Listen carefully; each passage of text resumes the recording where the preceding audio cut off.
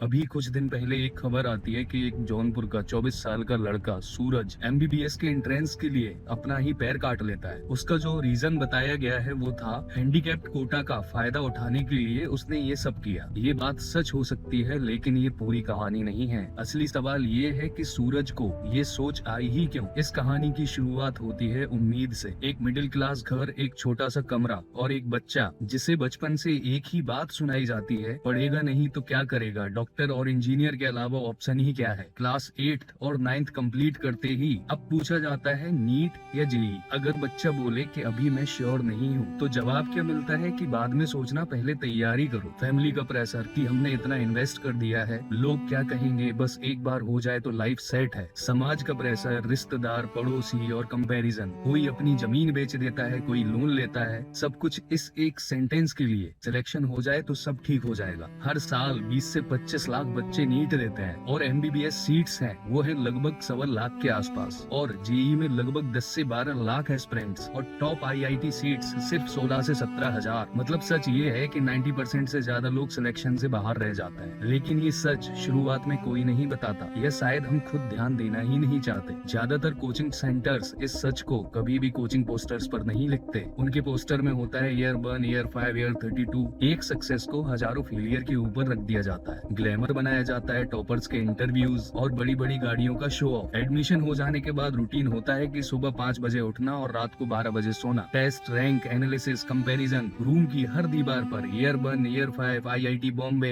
AIIMS Delhi जैसे stickers लगे होते हैं। और जब सालों तक सिलेक्शन नहीं होता तो एग्जाम छोटा नहीं लगता, खुद इंसान छोटा लगने लग जाता है। पहला अटेम्प्ट अगर सिलेक्शन नहीं हुआ तो कोई बात नहीं, ड्रॉप ले लो। दूसरा अटेम्प्ट बस थोड़ा और पुश करो। तीसरा अटेम्प्ट बस अब तो पास में आ ही गए हो। और यहाँ पर चॉइस खत्म हो जाती है, पीछे जाने का ऑप्शन भी नहीं रहता, क्योंकि पीछे घर का पैसा, माँ बाप की उम्मीद और समाज की आंखें खड़ी होती हैं। यहीं पर प्रेशर एकेडमिक नहीं रहता, साइकोलॉजिकल हो जाता है। Sleep disorder, anxiety, depression, self worth का कोलैप्स। और सिस्टम का रिस्पॉन्स क्या होता है? कंपटीशन है, स्ट्रॉन्ग बनो, लाइफ ऐसी ही होती है। पर सवाल ये है, क्या लाइफ सिर्फ एक एग्जाम है? क्या एक रिजल्ट पूरी जिंदगी डिफाइन कर सकता है? जब एक सिस्टम सिर्फ रैंक पूछता है और आउटपुट मापता है और फेलियर को पर्सनल बना दिया जाता है, तो कुछ बच्चे गलत कदम उठा लेते हैं और कुछ जिंदा रहकर खुद को तोड़ देते हैं। ये कहानी सिर्फ नीट और जेईई की नहीं है, ये कहानी है अनरियलिस्टिक एक्सपेक्टेशन की। सच ये है कि हर बच्चा डॉक्टर नहीं बन सकता, हर बच्चा इंजीनियर नहीं बन सकता, पर हर बच्चा ये सुनने का जरूर हक रखता है कि तुम एग्जाम से बड़े हो, तुम्हारी वैल्यू रैंक से ज्यादा है। जब एक एग्जाम इंसान से ज्यादा पावरफुल हो जाए, समझ लो प्रॉब्लम बच्चों में नहीं,